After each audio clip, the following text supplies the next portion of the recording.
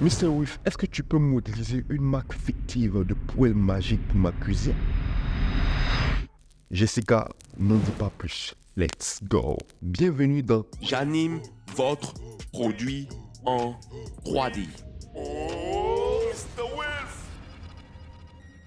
Si vous aussi vous voulez passer dans l'émission et avoir une animation gratuite de votre Mac, il suffit de décrire votre idée dans les commentaires et aussi m'envoyer la même description avec votre logo et des photos de votre produit à cet email chez mrwith@gmail.com.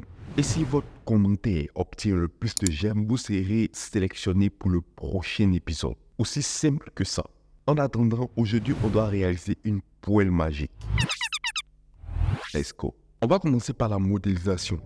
Ce cube, je le jette à la poubelle. Je vais plutôt ajouter un cercle de 8 sommets pour avoir une base la plus simple possible. J'extrude encore et encore pour former la partie du pot. Je ne sais même pas si c'est comme ça qu'on l'appelle, mais bon, on s'en fout. Maintenant, on va ajouter la poignée que je veux mettre à ce niveau. Donc, j'insère de nouvelles faces.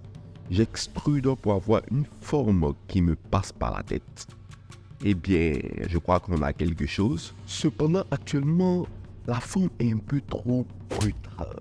Mais ne vous inquiétez pas, c'est normal. Dans la 3D, notre boulot, c'est de créer la forme la plus basique.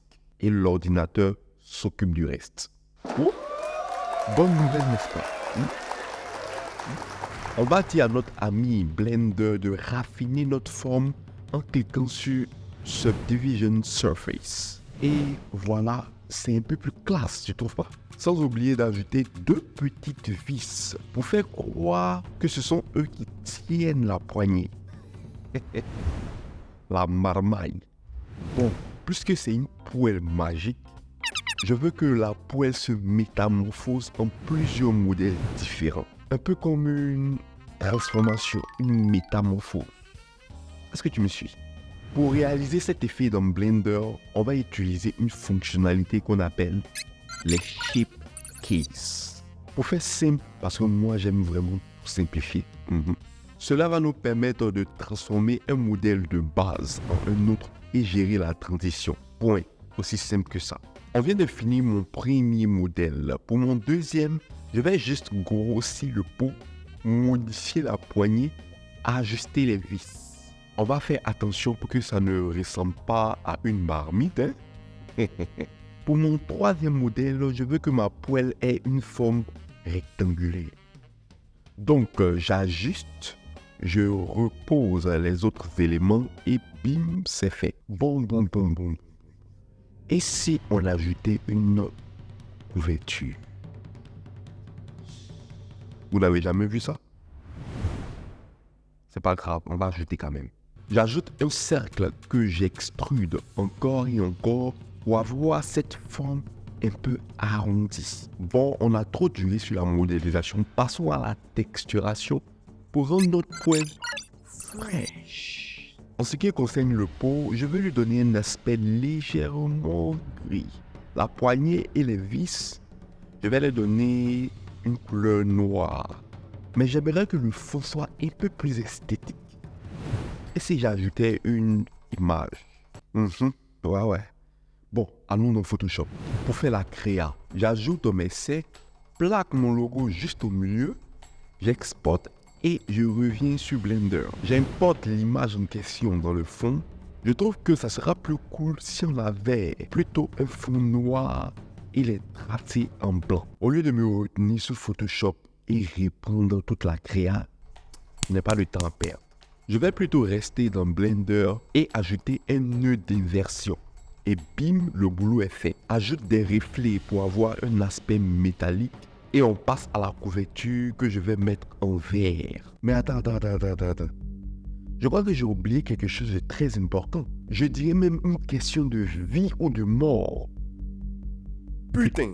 Merde, comment j'ai pu oublier ça? Tu ne vois pas le problème? Imagine que tu veux soulever la couverture. Comment tu fais? Il nous faut forcément un support au sommet qu'on pourra saisir facilement avec nos mains. Et comme ça, j'ai oublié de modéliser cette partie. Bon, on va faire ça chap. J'ajoute un cercle que je vais positionner juste en dessous du verre. Duplique un deuxième que je mets au-dessus. Extrude encore et encore. Et voilà, on est sauvé. Je vais métamorphoser la couverture également pour qu'elle concorde avec les différents modèles du pot. Et aussi, tout ce qui est de couleur noire, je vais leur donner un aspect de caoutchouc, comme vous pouvez le voir. Avant de passer à l'animation, si vous aimez mon style et vous voulez apprendre à faire ce que je fais au quotidien, j'ai 2 formations à vous proposer. Une sur l'animation 3D de produits sur Blender et une autre sur le motion design et les trucages VFX dans le logiciel After Effects, dans lesquels j'ai pris le temps de vous montrer exactement comment je travaille. Donc si ça vous intéresse, toutes les infos se retrouvent dans la description. Bon, pour l'animation, rien de bien compliqué. Je vais ajouter un cube qui va me servir de contrôleur. Pour faire simple, c'est un peu comme le volant d'une voiture. De la même manière que lorsque vous conduisez, vous ne sortez pas de la voiture pour pousser à gauche lorsque vous voulez tourner à gauche et pousser à droite lorsque vous voulez tourner à droite. Non, c'est pas comme ça que ça fonctionne. Il vous suffit de tourner le volant et toute la voiture vous suit. Ici aussi, c'est le même concept. Lorsque je bouge mon cube, tous les éléments de ma poêle suivent. Entre nous, c'est plus facile à gérer comme ça, n'est-ce pas? Et donc, je glisse à gauche, glisse à droite, ajoute des images clés aux propriétés de ShapeKeys. J'anime aussi la couverture pour faire un peu plus stylé. Ne soyez pas perdus dans toutes ces courbes. Fonction X, fonction Y. Ouf, les maths nous rattrapent. En passant, si vous êtes encore là, c'est que c'est divertissant, n'est-ce pas? Et donc, pourquoi pas boxer ce petit bouton? Abonnez-vous. C'est R. Bon, j'ai terminé. Mais pour que ce soit un peu plus convaincant, je vais ajouter quelques effets sonores. Je me rends sur misskit.co, qui est un site où vous pouvez télécharger plein de ressources libres de droit. Je vais entrer Metal. Je veux un bruit qui peut simuler l'ouverture et la fermeture de la couverture de notre poêle, bien sûr. Et aussi un autre bruit pour simuler les mouvements de la poêle. Et pour ça, l'effet sonore whoosh pourra faire l'affaire. Je positionne tout ça au bon moment sur le logiciel Premiere Pro. Et ladies and gentlemen, voici le résultat.